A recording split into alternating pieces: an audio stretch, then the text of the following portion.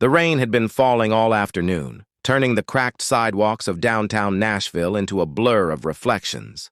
Neon lights bleeding into puddles, footsteps echoing between bars that smelled of whiskey, dreams and regret. Inside one of those bars, a hand-painted sign hung over the doorway. "Open mic night, follow your song." A crowd had already gathered. Some were young, faces lit with ambition. Others older, their eyes carrying the quiet weight of too many almosts. It was a place where broken dreams and new beginnings shared the same stage, and in the far corner, near the entrance, stood a man clutching a battered guitar case that looked like it had seen every season of his life. His name was Jack Emerson, though few in the crowd would recognize it. Years ago, his voice once filled arenas. His song, Running Back Home, had touched millions before the world moved on to newer voices and shinier dreams. Now, Jack was just another face in the rain, 53, graying at the temples, living from gig to gig, a ghost of the man he used to be. He'd come tonight not to win anything, not to be discovered. He'd come for something much smaller, and somehow much greater, because sitting in the audience tonight, in a wheelchair near the front, was his daughter Lily. She was 15, her smile soft but tired. The illness had taken her strength, her hair, and too many of her tomorrows. But she still had that spark, the one Jack used to see in the mirror when he was young and believed anything was possible. "Dad," she whispered, looking up at him with eyes that seemed too wise for her years. "You'll play something for me tonight, right?" Jack smiled, though his throat tightened. "I don't know, sweetheart. It's been a while since I've been on stage." Lily tilted her head, teasing him gently. "You used to tell me music heals everything." "Guess we'll see if you were right." The line hit him harder than she knew. The host, a cheerful woman in her 30s with a wide grin and a clipboard, took the mic. "All right, folks, it's that time again. We've got a full list tonight, but remember, open mic means open hearts. Let's give everyone a little love, yeah?" Cheers and whistles erupted. One by one, hopeful singers climbed the stage, some nervous, some fearless. A young man played a country ballad that ended with polite applause. A teenager performed an Ed Sheeran cover. Then a middle-aged woman sang a trembling version of Landslide, her voice breaking on the final chorus. Every note, every story, it was humanity laid bare.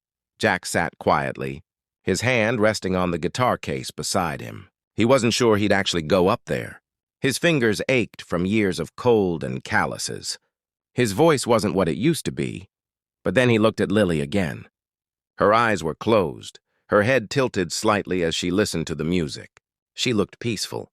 And for a moment, Jack saw her as a little girl again, standing on the porch holding his hand, swaying as he played Hotel California on the old acoustic guitar. It had always been her favorite song. She used to say it sounded like a dream that doesn't want to end. When his name was finally called. "Next up, we've got Jack Emerson." The crowd clapped politely. Most didn't know the name. A few older faces turned, squinting, as if the sound of it tugged at a distant memory. Jack rose slowly, guitar case in hand, and walked toward the stage. Every step felt heavier than the last. The host handed him the mic. "What'll you be playing for us tonight, Jack?" He paused, looking out at the dim room, the strangers, the faces full of stories he'd never know. Then his gaze found Lily, her small smile, her fragile hands resting in her lap. "Hotel California," he said softly, "for my daughter." A ripple of warmth passed through the audience. He sat down on the stool, opened the case, and lifted out the old Gibson. The wood was scratched, the strings slightly dull, but when his fingers brushed them, the sound was still there, the soul of a musician who'd lived and lost and learned. He took a breath, closed his eyes, and began to play. The first notes floated out, slow and haunting. The room fell utterly silent. There was something different about the way Jack played, something raw, unpolished, yet filled with a kind of truth no perfect voice could ever match. When he began to sing, his voice was rough, husky, but every word carried weight. On a dark desert highway, cool wind in my hair, people stopped whispering. Bartenders paused mid-pour. Even the host stood still, hand over her heart. It wasn't just nostalgia, it was emotion, pouring straight from the man's soul, each verse built like a story within a story. When he sang, "You can check out anytime you like, but you can never leave," his eyes flicked to Lily, and she smiled through tears. For her, the song wasn't about a haunted hotel. It was about life, how fleeting it was, how beautiful it could be even when it hurt. By the time Jack reached the solo, something unexplainable filled the room. A young man near the back quietly set down his phone, realizing he'd been recording. A woman at the bar wiped her eyes. The song carried every listener somewhere personal. Loss, love, regret, hope, and when Jack hit the final chord, letting it fade into silence, there was a moment, just one heartbeat, where no one moved. Then, slowly, one person stood. Then another, until the entire room was on its feet, applauding, crying, cheering for a man who hadn't played a stage in years, but somehow made everyone feel alive again. Jack looked out, stunned. He glanced at Lily. She was crying too, but smiling brighter than he'd seen in months. She mouthed the words, "You did it, Dad." After the applause faded, the host approached the mic, visibly moved. "Ladies and gentlemen," she said, her voice trembling, "I think we just witnessed something truly special tonight." Jack gave a small nod of gratitude, his eyes glistening. "Thank you," he whispered. That one was for her. He gestured to Lily. And the crowd turned, many of them recognizing her from earlier. The young girl in the wheelchair who'd been watching every performer with quiet grace. The audience erupted again, clapping louder, as if to send every ounce of love her way. Jack stepped down from the stage, his hand shaking slightly. When he reached her, Lily grabbed his arm and whispered, "See? Told you music heals everything." Jack knelt beside her, tears spilling freely now. "Yeah," he said, his voice breaking. "I think it just might." But neither of them knew that the performance would soon reach far beyond that bar. That before the night was over, a simple act of love between a father and daughter would touch millions and change both of their lives forever. Jack didn't sleep that night. He and Lily sat together on the old couch in their small apartment, the glow of a single lamp soft against the dark.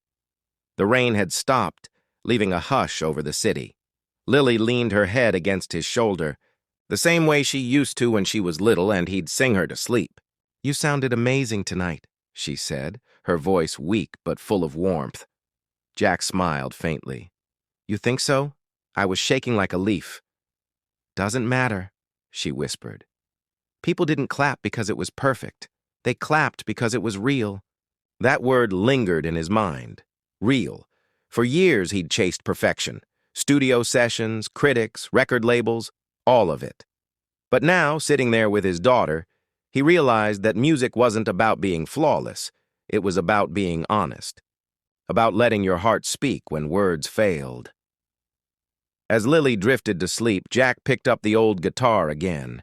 He strummed softly, humming fragments of old songs, bits of memory turned to melody. He didn't know that across town someone was uploading a video, his video. The young man who'd filmed the performance, still shaken by what he'd seen, had posted it on YouTube with a simple caption. "This man sang Hotel California for his sick daughter tonight. Everyone stood up crying, 'Please watch.'"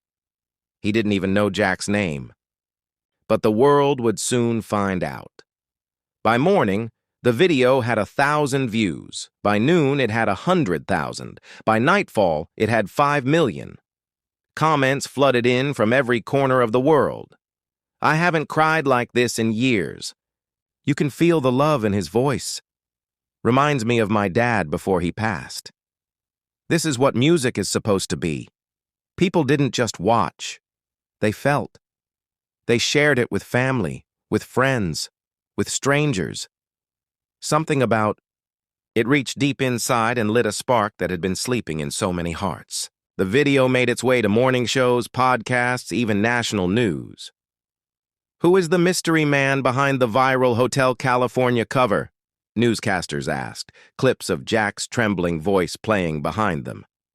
Jack didn't even know any of it was happening. His old flip phone had no internet, and he'd spent the day taking Lily to her medical appointment. It wasn't until that evening, when his neighbor, Maria, knocked frantically on his door, that he realized something was happening. "Jack, you need to see this," she cried, waving her tablet. "You're famous again!" He frowned, confused. "What are you talking about?" She turned the screen toward him. And there it was, his face, on the thumbnail of a video that had over 12 million views. Lily gasped. "Dad, that's you!" Jack stared in disbelief. He pressed play, watching himself on that small, shaky recording. The stage lights, his trembling hands, the crowd rising to their feet. He couldn't believe how raw it looked, how alive. When it ended, Lily looked up at him with wide eyes. "Dad, people love you." Jack chuckled softly, still dazed. "Guess they love the song more." "No," she said, shaking her head. "They love what it meant." By the next day, his inbox, the one he hadn't checked in years, was overflowing. Messages from journalists, talent scouts, fans from countries he'd never even visited. But one email stood out. It was from a woman named Evelyn Parks, a producer for a major TV show called America's Songbook. She wrote, "Jack Emerson, your performance has moved millions. We would be honored if you'd perform Hotel California live on our stage next week. Bring your daughter. The world needs to hear your story." Jack read it twice, then a third time. His heart raced. "Lily," he whispered, handing her the screen. They want me to play on television." Her eyes widened. "Dad, that's huge." He nodded slowly, his throat tight. "Yeah, but I don't know if I can." "Why not?" He hesitated. "Because this isn't about fame. It's about you." She smiled faintly. "Then go do it for me. Tell the world what love sounds like." A week later, they flew to Los Angeles, the first time Lily had ever been on a plane. She spent most of the flight staring out the window, her eyes reflecting the endless blue. "It's like we're inside a song," she whispered. Jack squeezed her hand. "Then let's make it a good one." When they arrived at the studio, everything felt surreal. Bright lights, cameras, a crew bustling around. People kept stopping to shake Jack's hand, telling him how his story had inspired them. But backstage, as he tuned his guitar, doubt crept in. What if he couldn't capture that same feeling again? What if people only loved the moment, not the man? He took a deep breath and looked at Lily sitting in the front row, her blanket wrapped around her, her eyes full of pride. That was enough. When the host introduced him, "Please welcome the man whose performance touched the hearts of millions." Jack stepped into the spotlight once more. The crowd erupted in applause. He smiled shyly, adjusting the mic. "I never thought I'd be back here," he said. "But I guess music has a way of finding you when you need it most." He paused, then added, "This one's for my daughter, Lily, the bravest person I know." And then, once again, he began to play Hotel California. But something unexpected happened this time. Halfway through the song, his voice cracked, not from weakness, but from emotion. He stopped singing, his eyes glistening. The crowd went silent. Then, from the front row, Lily whispered, just loud, enough for the microphone to catch it. "Keep playing, Dad. I'm right here." The words echoed softly through the hall. Jack looked at her, then back at the audience. "You hear that?" he said, smiling through tears. "She's my reason for every note." And he continued. By the time he reached the final chorus, the entire studio audience was on their feet, singing along, hundreds of strangers united in one song, one emotion, one moment of shared humanity. The cameras caught everything. Jack's trembling hands, Lily's shining eyes, the tears streaming down faces across the crowd. When the final chord rang out, the applause was thunderous. But it wasn't just applause. It was love. Real, unfiltered human love. Backstage afterward, Evelyn found him sitting beside Lily, both of them still crying and laughing at once. "You've just made television history," she said softly. "We've never seen a response like that." Jack shook his head. "I didn't do anything special. I just sang for someone I love." Evelyn smiled. "That's exactly what makes it special." She handed him an envelope. "The network wants to donate $250,000 toward your daughter's medical care. Anonymous sponsors chipped in after watching your story." Jack froze. What? No. I can't." Lily grabbed his hand. "Dad, please, say yes." He looked at her, her fragile smile, her tired eyes, and the weight of every sleepless night, every hospital bill, every fear he'd buried came crashing down. He nodded, tears spilling freely. "Thank you," he whispered. "Thank you so much." Evelyn smiled. "No, thank you." That night, as they sat in their hotel room overlooking the city, Lily rested her head on his shoulder. "See, Dad?" she murmured. "Your song really did heal something." Jack smiled faintly. "Yeah, sweetheart. Maybe it healed me too." Outside, the city lights shimmered like distant stars. Millions of tiny flickers, each one a story, each one a heart touched by a simple song sung with love. And somewhere in the quiet, Jack picked up his guitar again.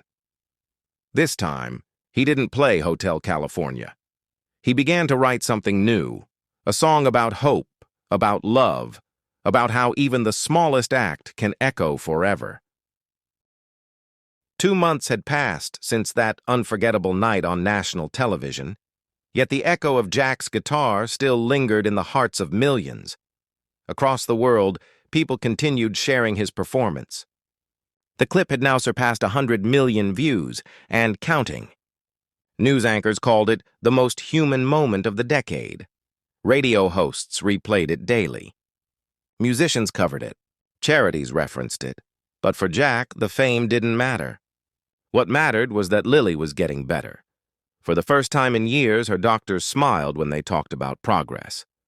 Her body was responding to treatment that had been made possible by the donations pouring in from complete strangers. People from around the world sent letters, cards, prayers, gifts, all addressed to Lily, the girl from Hotel California. Jack read every single one to her. There were letters from veterans, teachers, truck drivers, musicians, children. Some enclosed drawings. Others enclosed small bills and coins saying, "I don't have much, but I wanted to help." Lily kept a small wooden box beside her bed labeled "Love Notes from the World." Every night before sleeping, she'd take out one and whisper, "Dad, read this one." Jack would smile, pick up the letter, and read aloud. "Dear Lily, I lost my mom last year. Your smile reminded me what strength looks like. Keep shining. Jenna, Ohio." Lily would close her eyes, whispering softly, "She sounds nice." "She does," Jack would say, brushing a strand of hair from her face. "You bring out the best in people, kiddo." Then came the letter that would change everything again. It arrived in a plain white envelope, no return address, just one line written on the back. "For when she's ready to see the world." Inside was a plane ticket, not for one destination, but a world pass. An open invitation from an airline that had seen their story. "Anywhere in the world," Lily whispered, reading it with wide eyes. "Dad, that means we could go anywhere." Jack smiled, though his eyes glistened. "Yeah, anywhere. Where would you go first?" she asked. He chuckled.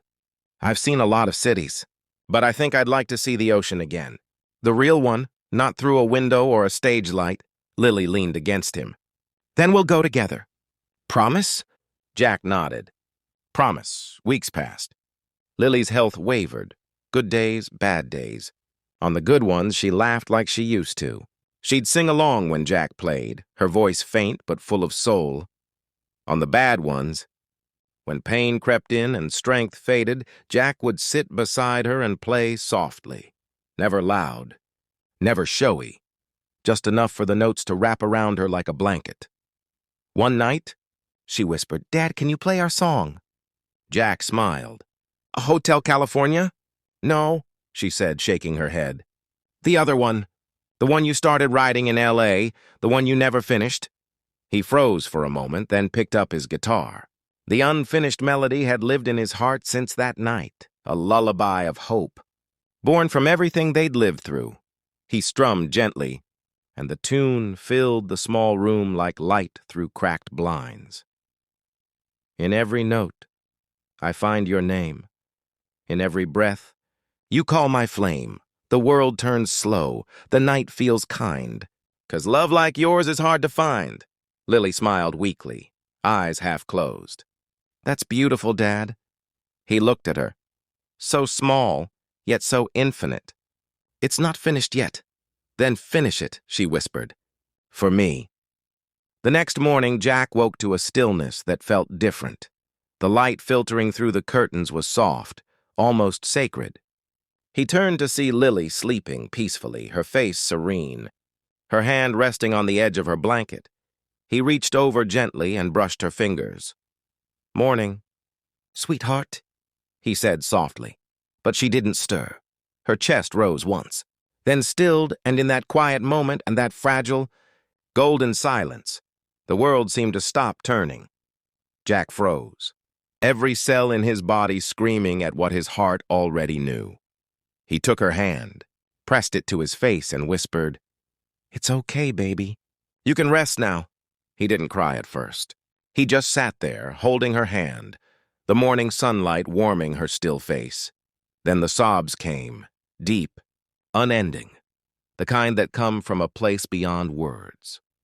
For hours, he sat there, guitar beside him, her small wooden box of letters at his feet.